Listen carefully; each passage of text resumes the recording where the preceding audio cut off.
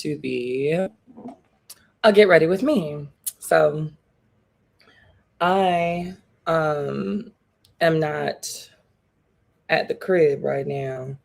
I am at my good girlfriend Chloe's house because I live in Bufu. And if y'all don't remember what Bufu means, it means that I live all the way out in the middle of nowhere. And I had things to do for the next couple of days. So my friend allowed me to stay at her crib so that I can handle all of those things. But I have to get ready because I'm going to a really dope event this evening. A very super impactful room with some super impactful people that I would not normally have access to. But when you know people and you do right by those people look out for you. And so I'm going to get ready. But the thing about it that I just realized in 2.5 seconds as I'm sitting here talking to y'all looking a hot ass mess is that I did not put my contacts in my face. So I don't know how I'm going to do makeup and I ain't got my contacts on because I can't see. Okay. So I'm going to go run and grab those. Thank you. They're in the bathroom. So I wanted to come while I did today's Get Ready With Me and talk to y'all about something that has been really whacking me in the face. Thank you. That has been really whacking me in the face. And that is this new little feature that they have on Instagram that's pissing a lot of y'all off. Okay. This Instagram feature is pissing so many of y'all off. Y'all are upset about it. The kids don't like it. The kids are not having fun, but it's called Instance. Okay. Now, for those of you all who have been living under a rock, Instance is what I like to call a Periscope snatch. Okay. Hey, Styles by Stevie. Hey, everybody who is watching from all three platforms that I am on currently right now. But yeah, so Instance is the newest thing that they have on Instagram. We didn't ask them for this update, but we don't never ask them for any of the updates, child. They just throw us what they think we should have and we accept it because we ain't got no choice. But with that being said, I kind of like it. I don't know how y'all feel about Instance just yet. I'm not sure if it's your thing, but I kind of like Instance. I'm not gonna hold y'all. And the reason why I kind of like Instance so far is because from what I'm seeing, you can't use a filter. Like, I love that with Instance, you cannot use a filter. And so I am getting a chance to see my friends and the people that I love and the people that like I really like and admire. I'm getting an opportunity. Oh, thank you so much. Not from Canada. I appreciate that. Appreciate the love from Canada. And I appreciate that you think I'm an inspiration from Canada. Look at me. Little black trans girl from Miami being somebody's inspiration. Okay. Um, but the reason why I like Instance, like I was getting ready to say, you all, is I like Instance because you can't use filters on Instance from what I'm seeing so far. Now, we all know that they're going to change that because that's just the way that the cookie crumbles. That's how the world works. But I love that for right now. Instance is our friends, our family, the people that we love, the people that we follow in their natural state, in their natural habitat, looking how they naturally look. You know, the way I'm sitting on here right now with no filter, you know, just giving y'all my unadulterated, raw looking face. And I love that because even though I know it's not going to last, y'all, there is something really, really dope about being reminded that we are human beings who don't have to be perfect all the time. And I say that because these social media streets will have us believing that we have to show up prepped and prissy and clean and pristine all the time, and that our skin has to always look good, and that everything that we do has to always, you know, be a certain way. And I just love that so far people have been showing up and kind of like just being themselves. Like, I woke up this morning and there were so many people who are on the East Coast who had already started their day and they were using Instance. And I'm seeing like people waking up, no makeup, bonnet on, you know, still got their pimple patches on their face, And there's no filter, because even when we do like the pimple patch just woke up moments these days, we are out here filtering it up. And a large part of this, for those of you all who obviously can tell I'm not at my house, my girlfriend Chloe and I were talking, and there are like some assets or whatever that my team helped to draw up, and there's like some other things that my team helped me to do, and we use AI for it. And Chloe was just like, the AI don't be looking like you all the time. And I think that like it goes without saying that oftentimes, and especially like right now, AI is still trying to get like the faces right and the body proportions right. And so oftentimes if you use it to make a likeness of yourself, you're not going to get a likeness of yourself. It's going to be some weird random version of you that exists in another plane on another, life force with like a different facial shape in some way, or your nose is going to be bigger or something else is going to be smaller.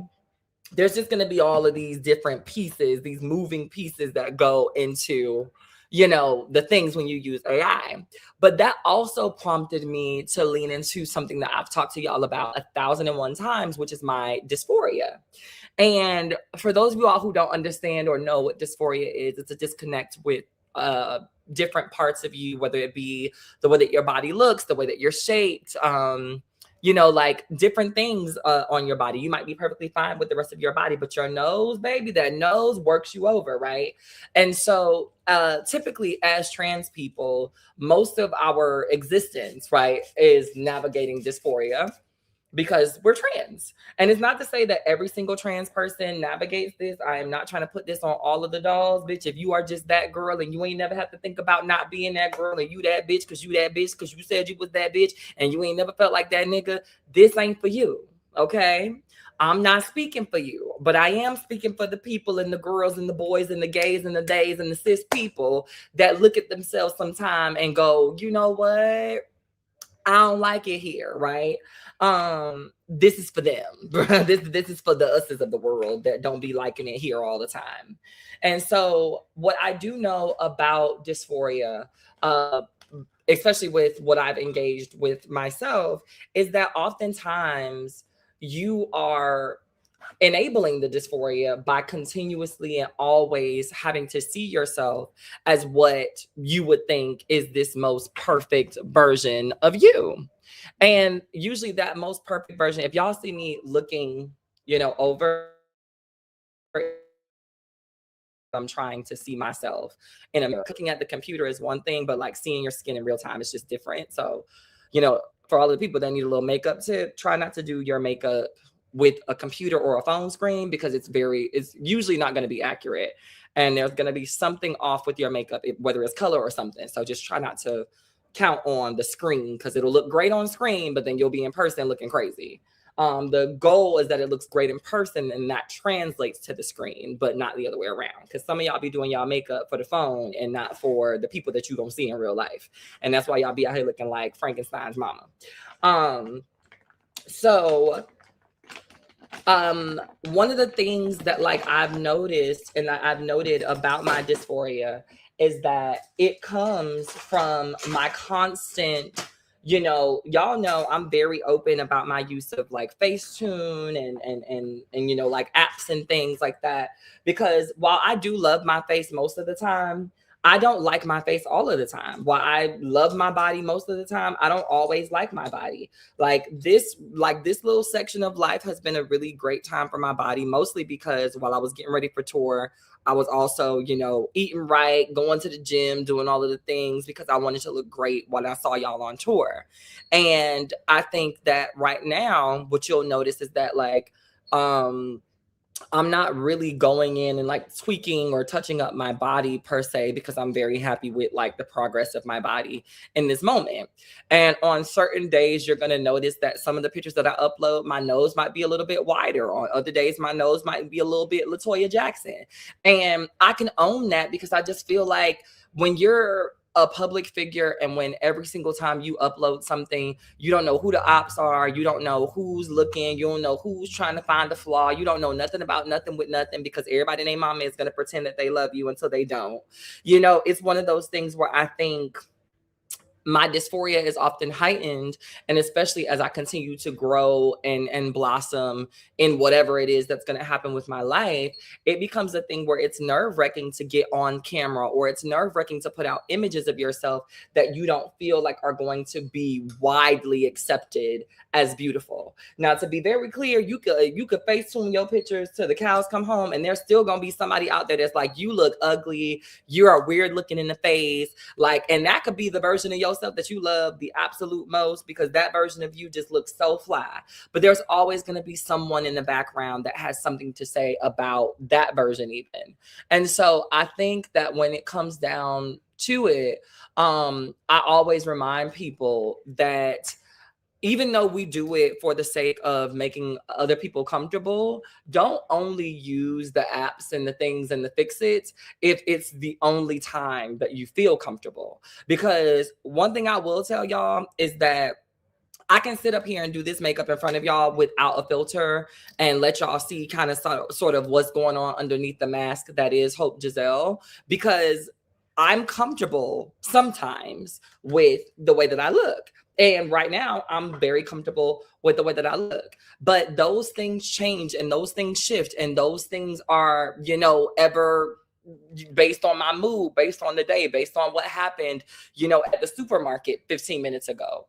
And so one of the things that I always encourage people to do if they're like me and they have those dysphoric moments where they feel the need to lean into AI, or they feel the need to lean into, a Facetune moment, you have to be comfortable with you first, because if Facetune goes out of business tomorrow and they cut your subscription and disappear from obscurity, you still got to like what you see. You can't disappear from your following. You can't disappear from social media just because all of a sudden your tool that you've used to convince people that you are perfect all the time no longer works. And I think that that's where some of you all like really get hung up and you really get upset, because what happens is when these apps are crashing or when they're updating and y'all can't turn into that baddie with, option number 4 on the filter, y'all lose your shit, because you also lose your sense of identity. I think that without the filters and things like that, I might be a little uncomfortable, but I remember there was a huge part of my career that I built before filters were ever even a thing. I was building Hope Giselle before there was ever a dog filter on Snapchat.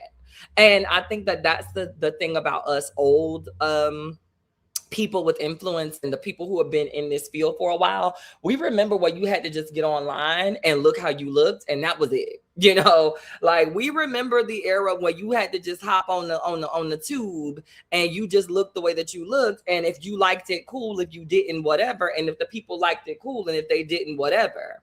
Our flaws and our nuance is what makes us. Let me see. Oh, hey, for the people on the YouTube. But our flaws and our nuance is what makes us so singularly beautiful to ourselves sometimes, or all the time. And I think that that's a very fair assessment. I think that so many of us are trying to cover up the flaws all the time. And it's not to say that we shouldn't focus on, like looking presentable and being, at our tip top, but it is to say that we should be investigating why we are trying to look our best and why we're trying to be at our tip top. And also, what are we basing that on? Because a lot of the time as Black folks, we're basing what our tip top is on white standards that were never built to hold us in the first place. And so I find myself oftentimes, even as I'm editing my photos, trying to lean out of over editing for the sake of trying to appeal to European beauty standards, and only editing the things that I truly feel like I am insecure about. And I think that oftentimes that is still, a part of that Eurocentric mindset. But I do believe that when I'm thinking about the way that I want myself to look versus the way that I think beauty standards are based on me looking, I definitely edit those photos differently. And I definitely like those photos more. And I think that they're a more true depiction of the way that I look in real life, i.e. the way that I look right now. And there's a lot to be said about the way that I think that instance, if you are using instance right now, is going to show up for people, and how it's going to really make sure that people are able to find their way back to the days of yesteryear. I'm not sure if this was the intention of the folks over at Instagram, but I think that it was genius, because I know that y'all know that people love a filter. And so to me, it feels like it was very intentional that these folks built this new feature, and they didn't put filters in it. And I'm not sure if, like I said, if it was intentional, or maybe if it was like a tech thing, or maybe it was one of those like, this is just a rollout moment, so we don't want to invest all of this energy into something that y'all aren't going to use. But I absolutely love the fact that, again, when I get on there, if I'm going to give y'all an instance photo, I have to give y'all an instance photo of exactly what the fuck I look like in that moment. And if you are a friend of mine, or if you follow me and you go into your inbox and you look at the instance that I posted this morning, I posted instance of me just kind of like waking up with this messy bun and no makeup and my glasses on. And, you know, I was working on a couple of things. I was working on an article this morning. And so there was a picture of me and my laptop and all of these different things. And so many of us allow our insecurities to stop us from even being a part of those things. And I think that what I'm really trying to get at here is how excited I am about the fact that, you know, a lot of people are deciding to put aside the filters and the perfect versions of themselves to be a part of this new thing and to try to figure out this new thing. And it feels so good that there is no way to hide from what's happening, right? There's no way to distort the view that people have. But more so, there's no way to distort the view that you should have of yourself, which is that you are beautiful, you are handsome, you are that nigga, you are that bitch, you are that person.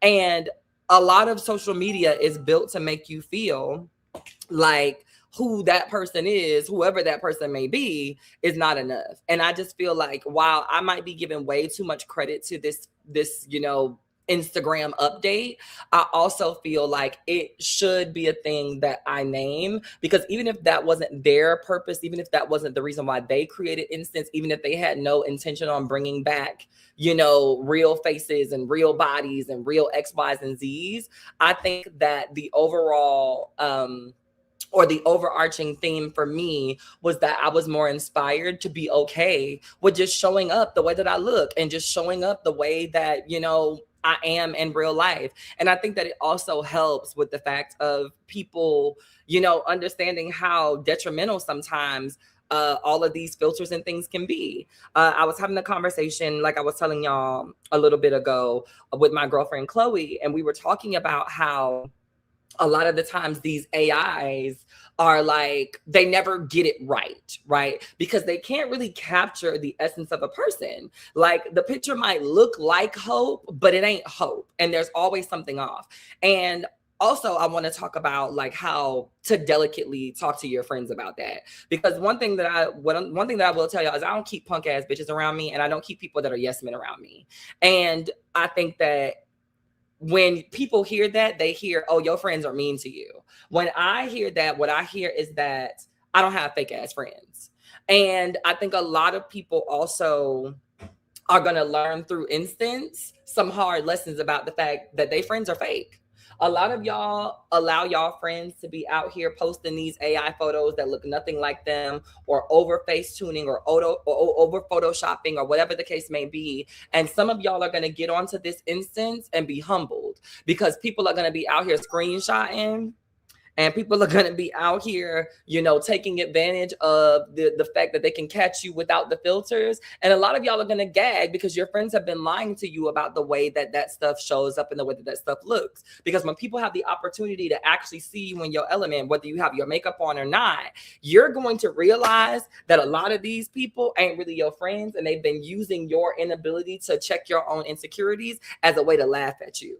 And I hate it for those of you all who that's going to be the reality for. But I also think that it's a lesson that a lot of people, myself included, are going to have to learn about the people who see it for you and the people who don't. Because what you're going to realize really quickly, and what I fear is going to happen before the good stuff starts to happen, is that folks are going to start to have conversations and group chats about who really looks like what when so-and-so ain't got so-and-so, and when so-and-so ain't got what's the what.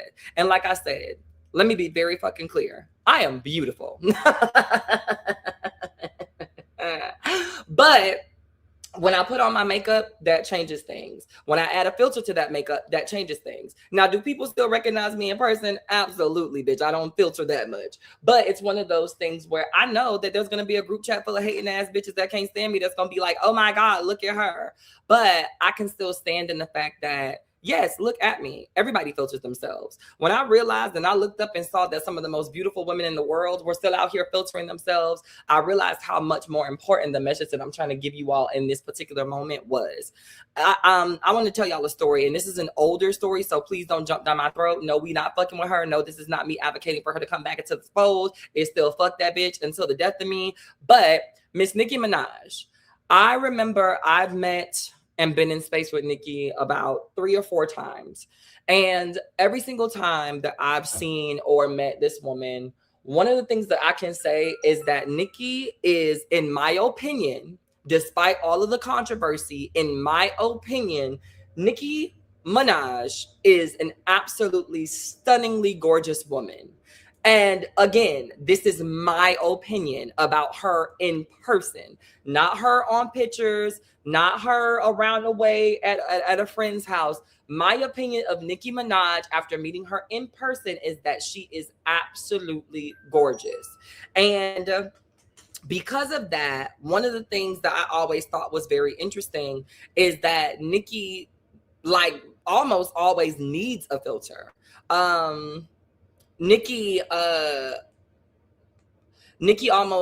almost always like needs a filter. And I was looking at people like Nicki and Brandy and all of these women who I grew up and I wanted to emulate, and I wanted to like look like these women in one way or another. And I'm looking and I'm seeing that Brandy can't go live if she don't have a filter. I'm looking and I'm seeing that if Nicki goes live and she forgets her filter, she like, hides from the camera. And the fact of the matter is, I love Beyonce down, but Lil Miss Mama is always filtered out. She's always over edited. She's always like something to make it look, better than what it is. And it's not to say that these women aren't naturally gorgeous, but what it reminded me of is that for the fact that I think that because I'm a regular person, I have all of these insecurities because I'm regular, right? Because I'm not necessarily like a huge high profile celebrity. And that is the reason why I have all of these insecurities that brew up in my body. But when I thought about the fact that like I'm looking at these photos of these celebrities, or I'm looking at these live videos from these celebrities back in the day when I used to watch Nicki before I blocked her, I would always say, like, I can't believe that this lady is hiding from the camera when she is this gorgeous in real life, right? And so I think about the fact that Instance is probably something that I would love if I were still fucking with Nicki.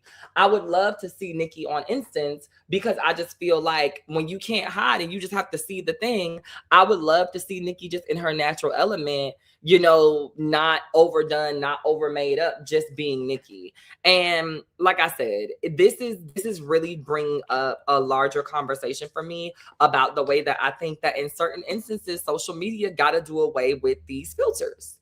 And I know that it's a part of the reason that people, use it. So I know I'm asking for something that's probably never going to happen, because some of your favorite creators would never get on here if they had to get on here unfiltered. But I do still believe that it could be worth it to maybe have a social media or even like a dating platform where people could only post pictures in real time, so that those pictures could not be filtered, and you can only upload things from the app at the moment of the app.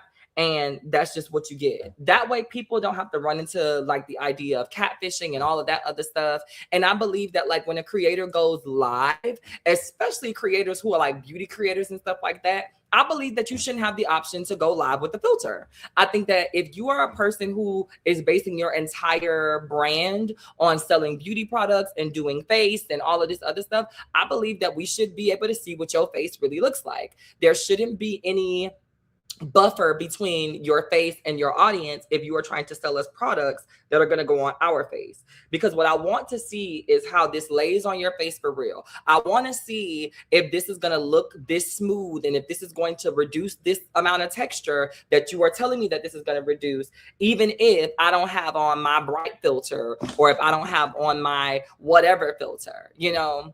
Girl, you better hide your idea. Meta is listening. Let me tell you something. Meta can take it because I don't have enough passion around this to actually do anything with it. So if Meta wants to actually take this and do something dope, then by all means, Meta, swoop in and do your big one. Because Lord knows I'm not gonna make.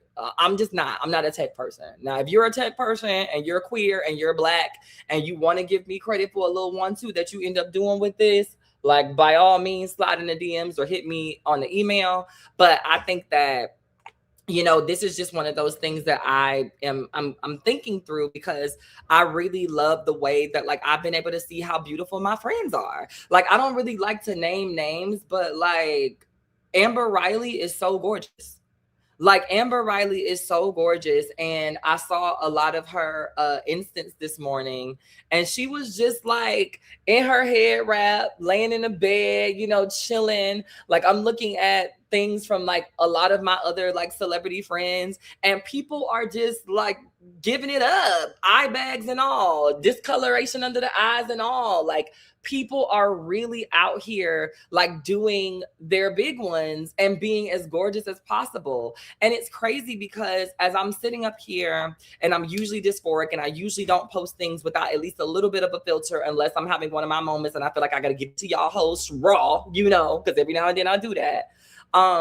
But I'm loving the fact that like as I'm sitting here and I'm seeing all of these things play out and I'm looking at how everybody's enjoying it, I'm also navigating the fact that I posted one of my instance and I got an exuberant amount of likes and responses in like a couple of minutes. Whereas I'll be out here taking all of this time, you know, to go back and forth with you know, I be taking all of this time to go back and forth and edit these photos for y'all because I be thinking that y'all want me to look super perfect and super edited and always snatched and always giving y'all, you know, Hope the baddie and all of the things. And it's crazy that I was sitting up there in my bonnet and looking crazy this morning, and I got so much love on a photo that I just don't think I would have posted if it was going straight to my timeline. And that made me think, like, why am I okay with like posting this with the same types of people that are going to have access to it, but because it's not going to be on my timeline, like I'm a little bit less skeptical about it.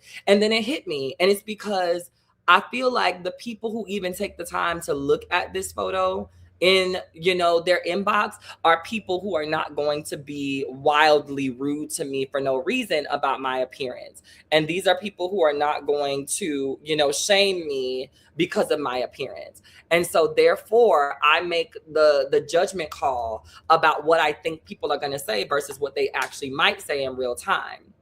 And it's just, I don't know, like it's really dope to kind of see how when you let your guard down and you just are enjoying social media and you're enjoying it with the people who you think are going to enjoy it with you, it's so much easier to just have fun. It's so much easier to just post and not care. It's so much easier to not lean into this idea that you got to spend 45 minutes uploading pictures that you took 3 hours to take so that you could look pretty and perfect for people who may or may not even engage with this post. And now you're upset because you spent all of this time on this photo because people haven't actually, like, I've learned that a part of the reason why people, you know what I'm saying? A part of the reason why people are so pressed about friends and folks not liking their Instagram photos, and I know I'm having like a stream of conscious thoughts right now, but I'm also like coming to realizations as I'm talking to y'all. A large part of the reason why I think that folks are like really pressed and petty about the fact that people are not liking their photos is because people spend so much time editing them. You know, like people be so pressed about the fact that, like, oh, like, why are you so mad that so and so isn't liking your pictures? And it's like, oh, I know why you're mad. You're mad because you spent 45 minutes editing those 3 photos to perfection and 2 people liked it.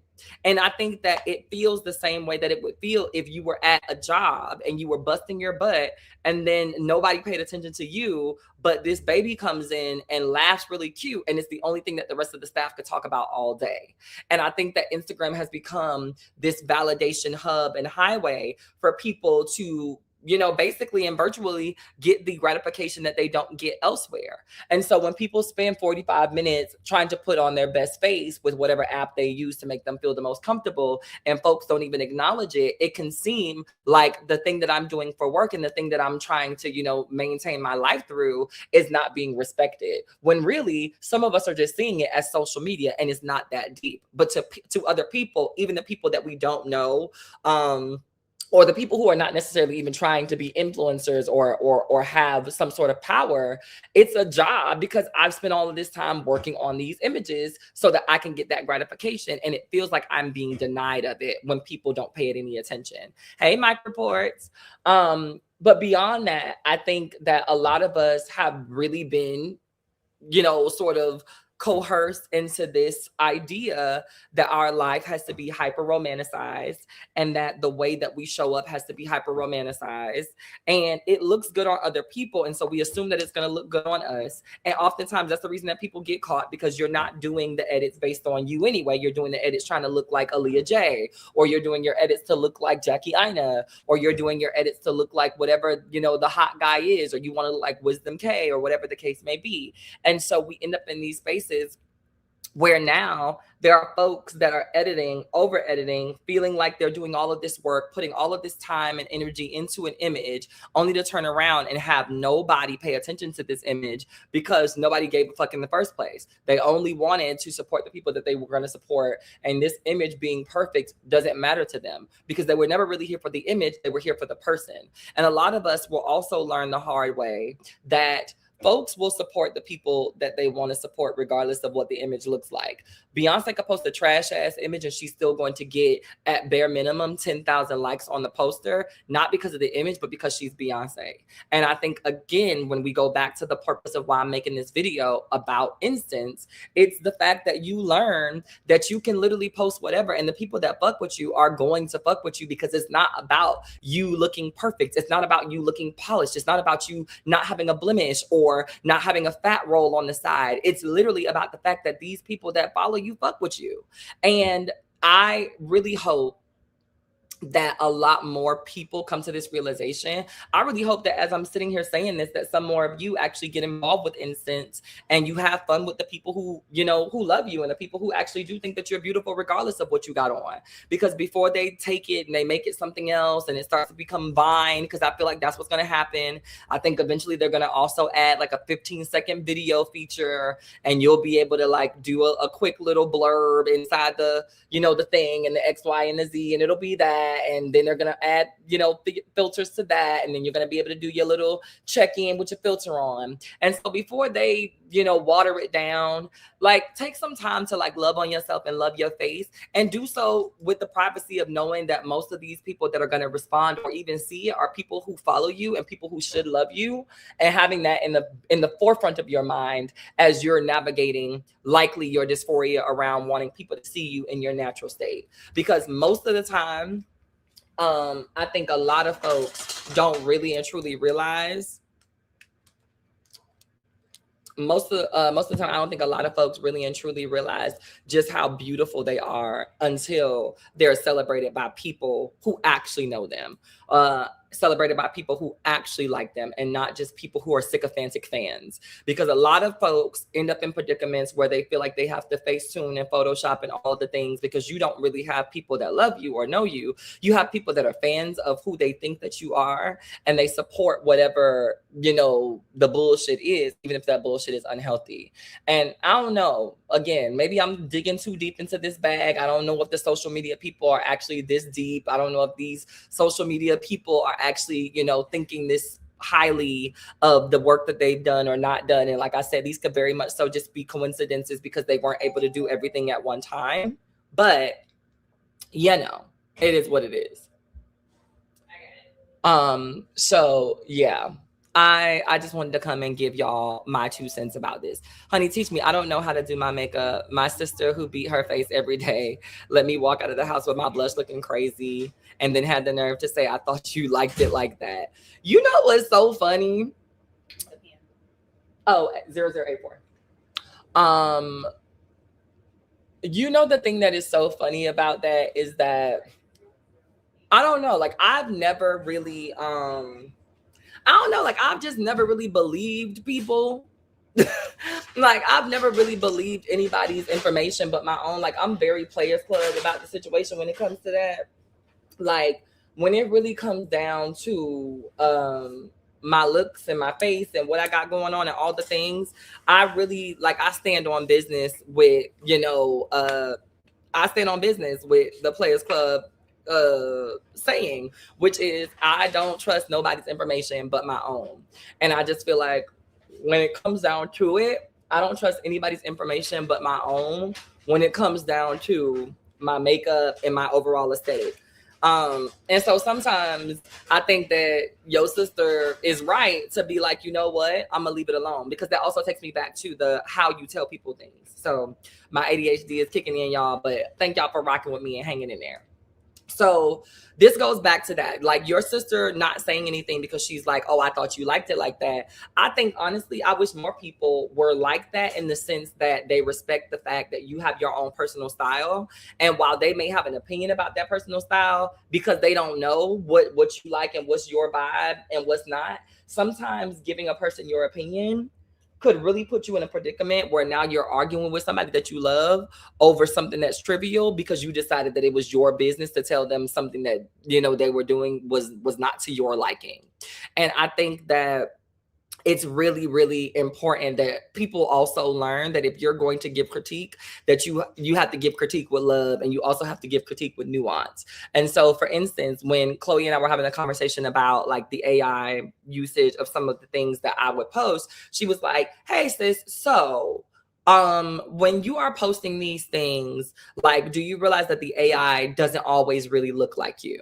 That to me is an expert way to tell somebody like, hey, this looks off and I'm not really sure if you notice, because it also gives me the opportunity to say, oh yeah, girl, but I like it. I just think that it's cute, because then her response is, oh, okay, well, if you like it, I love it. But if I am feeling insecure, or if I am feeling a way about it, or if I did have reservations about it, the way that she brought it up also gave me the space to say, you know what, I was thinking that, but I wasn't sure, right? And so now we're having a discussion and a conversation versus me feeling attacked. Because most of y'all will go at people and be like, bitch, now why the fuck you posting them pictures? Because that don't look nothing like you.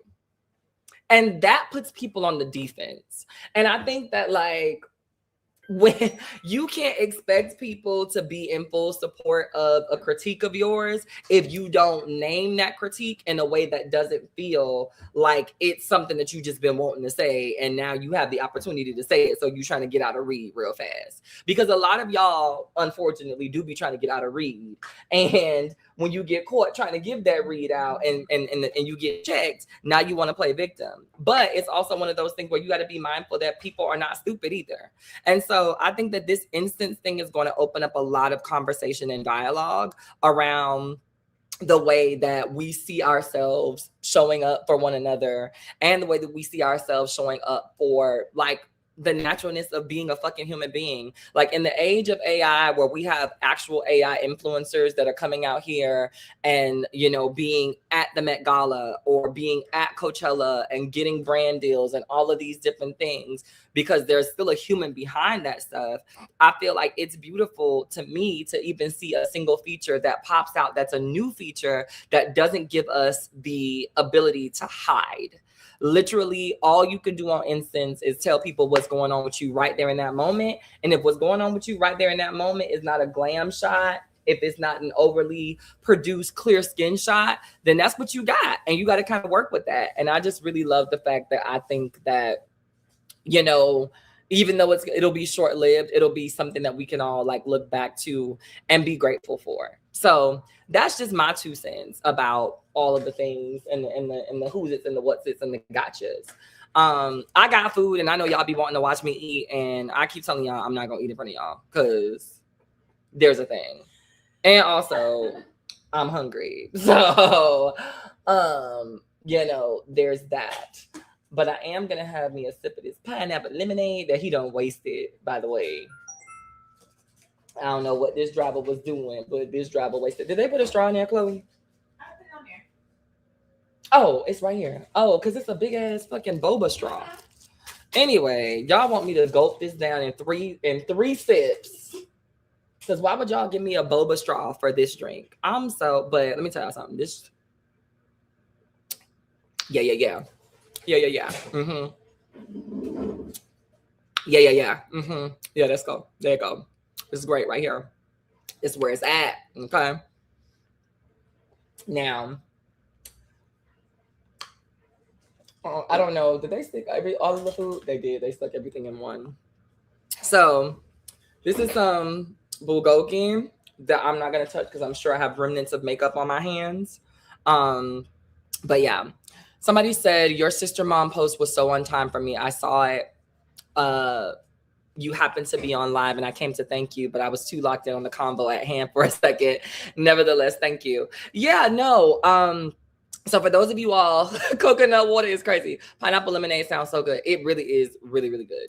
But I love that you brought that up because that article was something that like really jumped out at me, mostly because my baby sister called me the day before Mother's Day.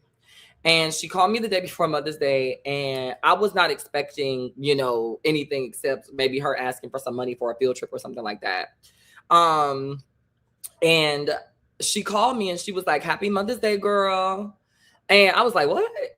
And I was taken aback by it because my mom even has this running joke, with my baby sister that like, I'm like the second mom, and it's crazy because that can be a thing that, you say amongst like, a mother-daughter, older daughter, mom relationship.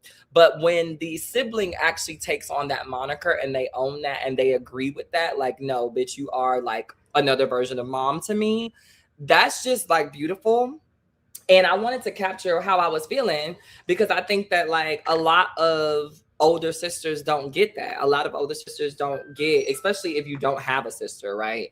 But a lot of older sisters don't even get that from like their brothers, where it's just like, oh, thank you for being mom when mom wasn't around, or when mom couldn't be mom, or when mom didn't understand, or when I just needed somebody that was closer to my age range to be able to help me navigate this. And so to have my little sister call me,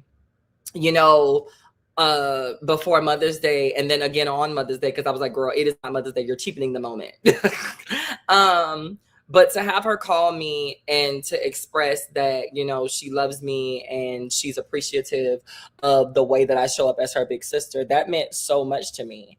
And on the antithesis of that, I just remember what it meant to be treated as a girl, but not necessarily be reverenced as a girl, at least in my adolescence. And so I just remember what it was like because my mama didn't play that. There were certain things that I couldn't do that now I realize it was because she didn't socialize me as a boy, because I understood that my little brother was able to do shit that I couldn't do. Now, mind you, my little brother didn't want to do shit.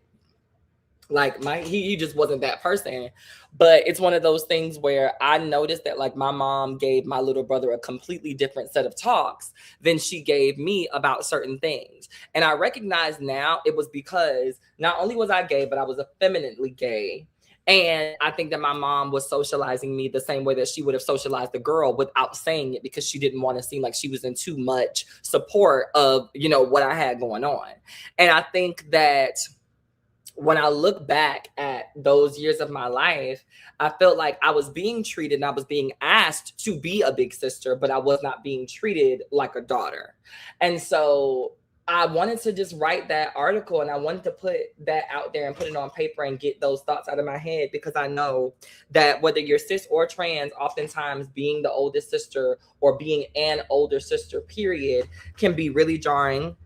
It can be a really thankless job, and it can be a job that people expect you to do because they expect, women and young ladies to carry a certain level of labor as it pertains to, kids. They expect women and young ladies to have a certain level of desire, right, around holding this motherly figurative title and all of these things.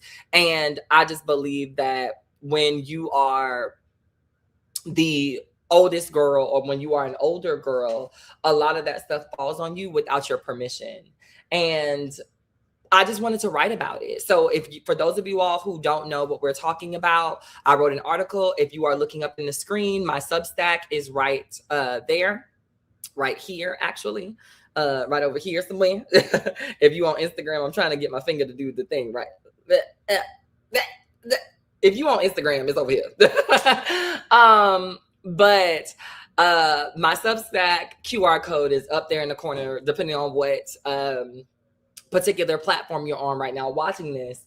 And I would definitely, if you have liked the breakdown of what I'm talking about, I definitely would encourage you to just go ahead and read the article. If you are an oldest sibling, or if you're an older sister, or if you are a trans girl who is the older sister, like, I definitely think that reading that article on Substack is going to be so amazing. And thank you, Noah. Thank you, Noah. I think we all have the capacity to be smart. I'm just smart in very particular ways, but there are people who are smarter than me, baby. Trust me. There are some people who are out here that are like some brilliant minds, and I'm about to go and hang out with a couple of them and see if I can get some money out of them. Okay. I didn't know that sis was a thing, like an insult. I really thought she was calling each other sis. So smart that we dumb. So here's the thing. Sis is not an insult. I think that you have probably been around some cis women who are trying to convince people that it's an insult. Cis is something that is used to define the way that you show up in the world. Okay? Like, cis is literally something that is used to define the way that you show up in the world. So for instance, I am Hope Giselle. I am a trans woman. My friend Chloe is a woman. She is a cisgender woman. The difference between the two types of women that we are is that Chloe was born a biological female. I was born a biological male. We both navigate the world as women. Howsoever, depending on the conversation, it is necessary for me to name that I am trans. And depending on the conversation, it is necessary for her to name that she is cis. For instance, if we both decide that we want to book gynecology appointments on the same day, yes, I do go to the gynecologist. I have bottom surgery. I still got to get things checked out. It's a little bit of a different type of appointment, but I still got to go. And so let's just say Chloe and I decide that we have a long day together, so we might as well just go ahead and we book this appointment. And the doctor doesn't know much about any of us, but Chloe goes in first, and she doesn't have to explain a lot because Chloe is, again, a cis woman. So she just goes in, lays on the table, gets the hoo-ha, the things, and the talk is done, right?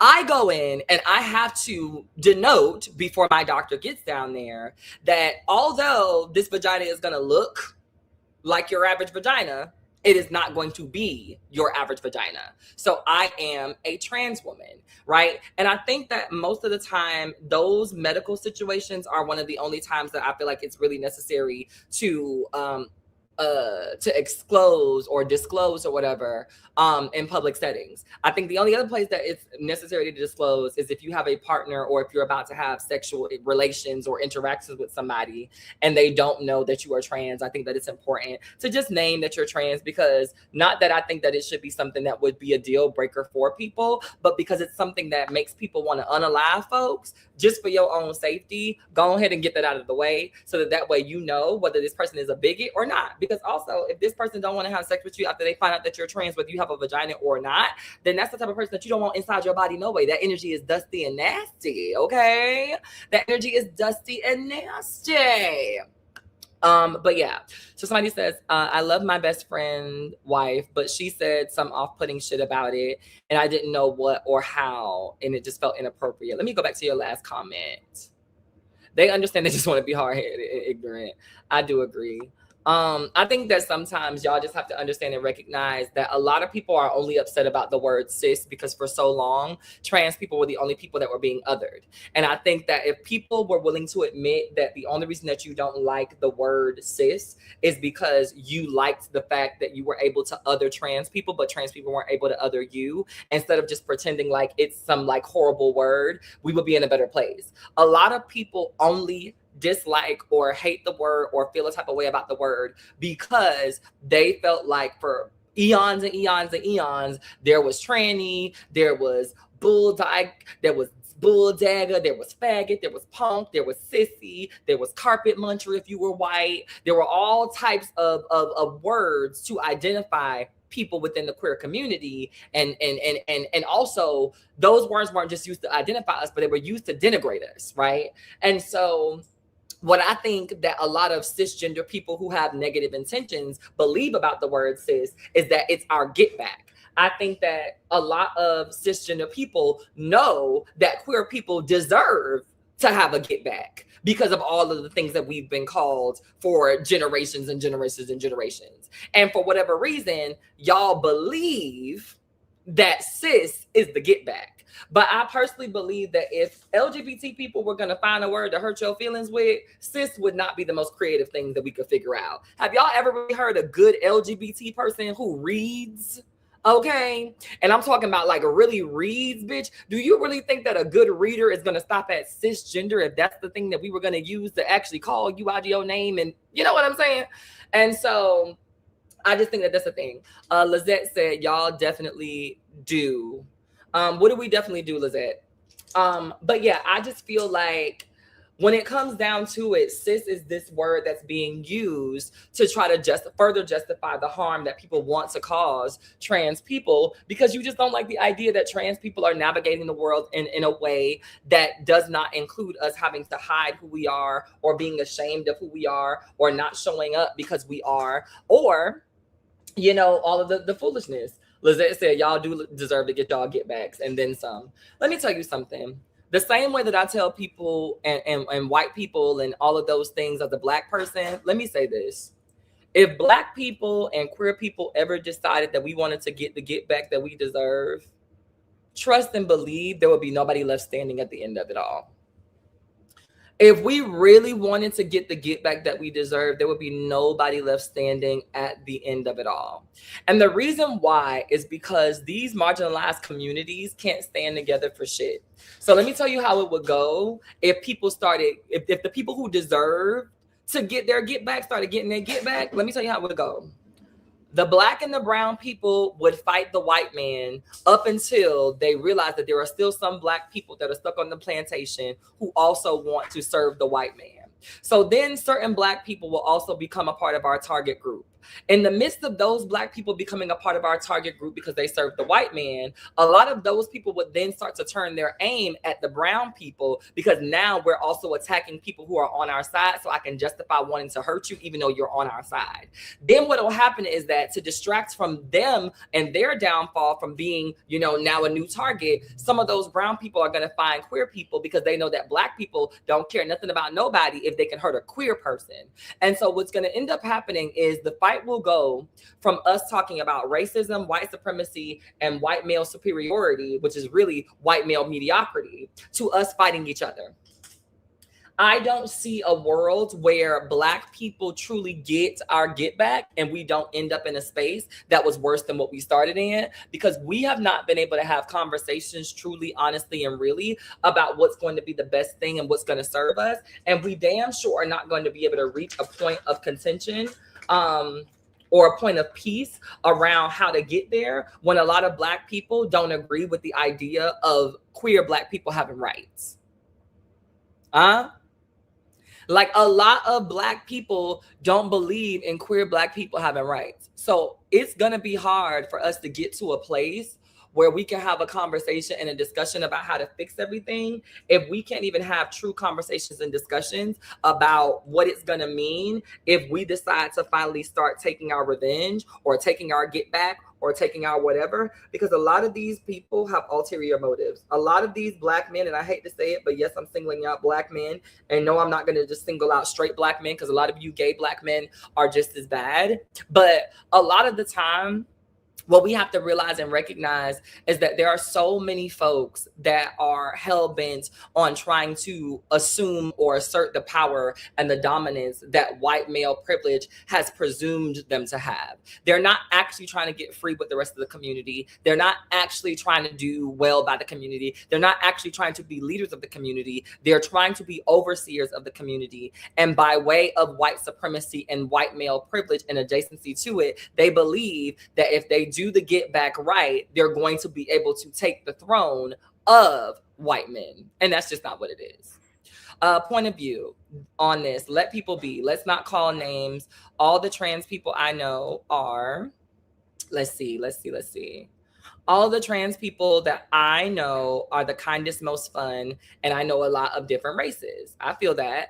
Hello from Caracas in Venezuela. I'm a trans woman. I have noticed that I don't get discriminated. I don't get as discriminated as my black and brown trans sisters, and I feel guilty for that. Thank you so much, Annette, for even raising that, because so many of the girls do not want to admit that. And as an Afro-Latina woman myself, I find that the Cuban girls in Miami, when they look Cuban, they don't fuck with the black girls. I'm just saying. Okay. And so I really appreciate the fact that you can name that, because I feel like white passing Latina women and white passing, trans women who are Latina, they tend to ignore the fact that they don't have to go through some of the things that we go through inherently while being black. And I think a lot of it is because a lot of them like to lean on the fact that they also still experience racism due to being Latina, but a lot of them also perpetuate a lot of racism as a Latina. So, I really appreciate you being able to bring that into the conversation, especially from Venezuela, because you are living it and it's not like a part of your history, it's actual lived experience that you're going through right now. Because so many folks want us to believe that like everybody has the same plight just because we have the same monikers, and that's just not true. But when I think back and when I think about the whole narrative around cis and trans and whether or not it's a bad word, I think that I always make it my duty to remind people that it's not a bad word. It's something that they're using, or it's something that some cis people are using to deflect from the fact that they like being able to other people without other people being able to other them. And unfortunately, that's just not the way that the world works. But I will say, in this particular instance, you've got it all wrong if you think that trans people went out of our way to find a word to call you just because y'all were calling us names. I think, honestly, a lot of trans people spend more of our time just trying to exist without being seen, without causing a ruckus, without causing a fuss. And even when y'all see us in our crazy outfits or our crazy hairstyles, that's just what makes us comfortable. But if you really look and you navigate at how most trans people, whether they be men, women, or non-binary folks, navigate rooms, they navigate rooms trying to not be seen outside of the thing that they came for. A lot of TGNC people, black, brown, white, or indifferent, are not just out here looking for reasons to draw attention to themselves, because that's just not who we are, because we know that drawing attention to yourself could be the difference between you making it home that day. So I just think that a lot of folks have to be mindful when you are hearing arguments from people who are trying to make you believe that cis is a bad word, and ask yourself to consider the source. Is this person a person who likes trans people to begin with? Is this a person who espouse or who espouses like a lot of trans vitriol? Is this a person who has made transmissic rhetoric common around you and in y'all's friend circle? Because if they are, of course they're going to believe that that cis is a negative word. You don't believe that because you're not a person who wants to make trans people feel less than. But you have to also consider the source of the person who is telling you this about trans people. So that's just my 2 cents about the cis versus trans thing. Now, y'all know eyebrows, I'm going to get quiet because these things got to be sharp, okay?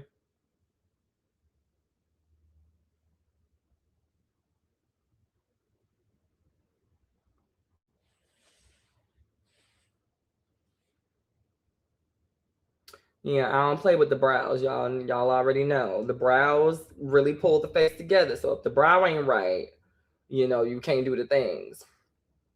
And people be like, why you get dressed up to go to networking events? You know why? Because we have to work twice as hard to get half as far. Okay. That is why. All of those white people can go in there wearing a sweatsuit and some Adidas, and they can shake hands and meet the same people, and that's it. When you're a black person in industry and in the business and all of the things, and you're working the room, if you're not presentable, if they don't see you as somebody who they could possibly have a lunch date with on Tuesday and a dinner date with on Friday, they're not going to pay you any attention. And that's one of the things that I'm getting ready to do a seminar for, is how to navigate industry relationships with people, because I'm understanding and realizing that a lot of you all don't know how to network. And also, this is for people who want to network in the way that they see me networking. This is not for people who want to come and critique the idea that I lean on a lot of media and beauty politics in order to, accompany my activism and my stuff. I understand that some of y'all believe that you shouldn't have to pretty yourself up in order to be seen in the room. But in the world that we all live in, pretty privilege works, and being able to be presentable works, and looking like you can own the room works. And those are the things that are going to start the conversation when nobody knows you. I can't tell y'all how many times I've been in a room, and the only reason that the powerful women or men in the room spoke to me was because I was beautiful. I can't tell y'all how many times I was in a room, and the only reason that the CEO or the executive director pulled me to the side was because they liked my shoes or they liked my bag or whatever the case may be. And while that's not the entirety of the conversation, a lot of you all don't break the ice because you don't put enough time and energy into the way that you look.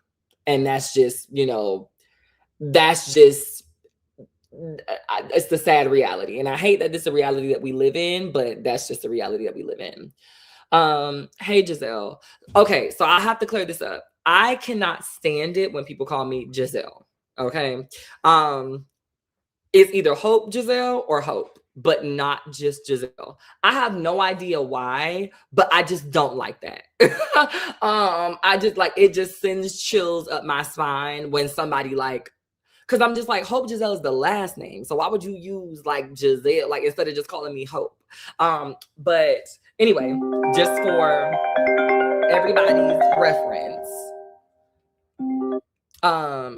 everybody's reference, I do not like being called Giselle. So please don't call me Giselle.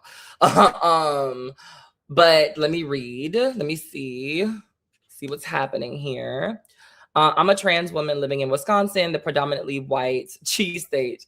And as a Black Native woman, I noticed something that some white trans women seem to get upset with me when I enter certain spaces, because a lot of the men gravitate towards me naturally. Many of them don't mind immediately seeing me as trans. And what confuses me is that instead of celebrating each other's femininity, there are some times where there can be jealousy or tension. The thing about that is a lot of white women are going to be upset at beautiful Black women's presence, regardless of whether or not you're trans or cis. And you are not going to be able to do anything about those people's insecurities because that's not yours to hold. And I think, unfortunately, we've been coaxed into believing that it is ours to hold, and it's not. That is not ours to hold. If that white girl and her moldy cheese smile didn't get nobody to pay her no attention, there's nothing that you're going to be able to do or say about her that's going to get her the attention that she's looking for. And so it's just like you coming in and doing your best to be seen and acknowledged and all of the things is not going to make her life or her existence in that space any bigger or any better. And so I think that it's less on you to be thinking about how she feels and how those things are going to make her feel or whatever the case may be. And it's time for you to just walk into the space and realize that sometimes it's not about hating. Sometimes it's not about her wanting to be you. It's about the fact that at the end of the day, a lot of white people carry envy towards Black folks just because we exist. A lot of them carry envy towards us because they ain't got the sauce. A lot of them carry envy towards us because they don't understand how we do what we do and how we navigate the way that we navigate when we're up against so much in the world and we can still come out on top. And so there is going to be a lot of people that you're not going to understand. There are going to be a lot of people that are not going to make sense to you. There's going to be so many situations that you're going to be placed in, and you're going to be wondering why old girl looking at you crazy. And guess what? You're never going to know why, but you can guess. And once you take that guess and that gander, you have to understand that there is so much history behind that hatred that you don't have enough time to sit back and unpack it with her. That is hers to deal with. That is her confusion that she's trying to bring you into. That is their confusion that they want to bring you into. That is their anger and their hatred and their disgust that they want to bring you into. And the more time that you spend trying to figure out why they so mad, the less time you spend being the bad bitch that you are. Let them hoes stay mad by themselves. Let them hoes stay mad by themselves. Like that's really what it is. That's really what it is. A lot of my haters don't like me because I don't address them. And when I do address them, I address them directly. That's the thing. Like, a lot of y'all have to start realizing and understanding that if you're going to address your haters, address them directly or don't address them at all. Because those are the only two things that are going to piss them off more than a little bit. A lot of people will sit back and say things like, oh, don't give your haters, any room for X, Y, and Z. And I'm like, no, I give my haters all the room for the X, Y's, and the Z's. You know why? Because when I have time and I want to decide that I'm finally going to spill the tea on your bitch ass, I want you to know that I sat back for months. I sat back for so long, and I let you just play and play and play and play and play and play and play and play and play and play and play and play and play. And I built my case. So now when I finally decide that I've had enough and I'm done building my case and I want to light your ass the fuck up, everybody's going to know that you got 6 months worth of videos and posts and talking shit that, you were able to do without me saying a motherfucking word. So when I finally blow up on your bitch ass and I finally come back with all of my receipts from all of the things that you thought I didn't see and all of the things that you thought never got back to me, nobody's going to feel bad for you because they're going to say, well, you know what? You should have shut up when she was being quiet. You should have shut up when she was being quiet. You should have been quiet when she was being quiet because she wasn't talking about you when you was talking about her. And now she's responded because she's had enough and it was a bad day and you pissed off because she went catastrophic on you and all you did was go a little nuclear on her and it don't land the same way. Right. And so I just want y'all to know, like, sometimes you got to let them hoes sit in their misery by they fucking self until you're ready to not let them sit in misery. But all of the going back and forth, all of that indirect back and forth on the stories and posting stuff like this is your ex-boyfriend who you trying to show that you done leveled up, that shit ain't worth it because them hoes don't care. They want your attention. And when you deprive them of your attention, what they continue to do is then make up lies to get your attention. And when the lies don't get your attention, they want to garner a group of people to also help them dislike you. And usually those group of people are people who also want to be you, but don't have access to you. And what you'll find, like I found, is that over the years, the second that you start to give those same people that are over there doing the things and talking this shit a little bit of attention, they leave that area because they never wanted to be in that area in the first place. They really wanted your attention. And because that person gave them a little bit of time and space to be able to talk about you, they were over there, not because they enjoyed that person's content, not because they enjoyed that person's job title, not because they enjoyed that person's company, but because it gave them a license to talk about you without having to feel bad about it. Because that's all haters do. They give each other's license to talk about this one person over and over again that they claim that they can't stand. But meanwhile, your entire pastime is talking about this person. So do you really not give a fuck, or are you obsessed? Let them hoes be obsessed with you, sis. Let them white girls be upset with you, sis. Let those white women be upset with you, baby doll. That is how I feel about the people who have so much to say on the interwebs or, across the room, but will never actually say anything to you directly. Let them people sit in their misery and talk to themselves, babe. If they don't say your name,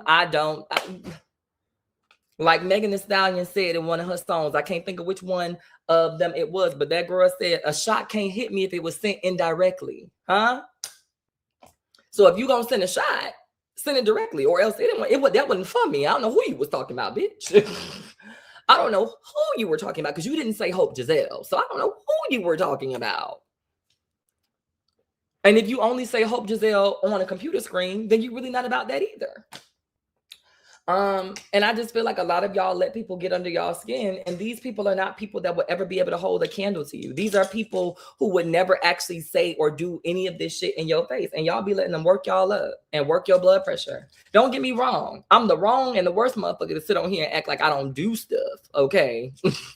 Because I definitely do. Y'all done been around when I done had a crash out or two. But for the most part, I pay them hoes dust. I crash out when I got other stuff on my mind and I need to get some stuff off my chest. But for the most part, pay them hoes no mind. Be Marsha P. Johnson to the bullshit. Pay them hoes no mind, girl. Pay them hoes no mind, baby. Because that's what they be looking for, is your attention.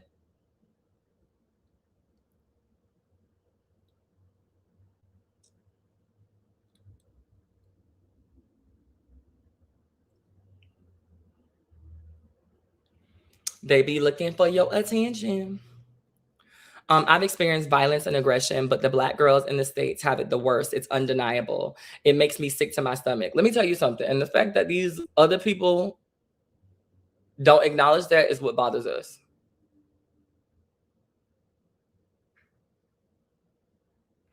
I think that that's the thing that bothers the Black trans women here in the States, is that a lot of the girls who are here with us don't want to acknowledge it, but then we'll be out here. And a lot of the international girls, y'all don't mind saying, oh my God, like the Black American girls are really going through it. Y'all don't mind saying that. It's these girls over here. These girls over here in the States want to swear, oh God, we be doing the most.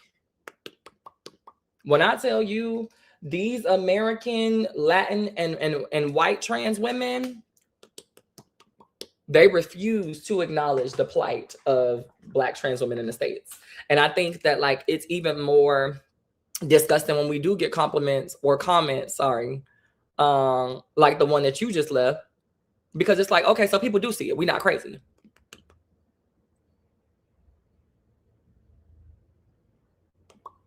People do see it. We are not crazy. And I think that like, I don't know what it's going to take to get everybody on one accord to have this conversation, but we're going to have to. Because the way that Black trans women are treated in the States versus the way that Latina trans women are treated in the States versus the way that white trans women are treated in the States are not the same. And I hate that when Black trans women name these things, we're called everything but a child of God and asked to shut the fuck up, because people don't want to acknowledge and or make space for the fact that they are also helping to perpetuate it. You know, and I think that that's trash. And I'm so happy that there are international girls on this feed right now that are saying like, no, we see it, you know, and I just hate that. I hate that. I absolutely hate it. But what you gonna do, child? What you gonna do?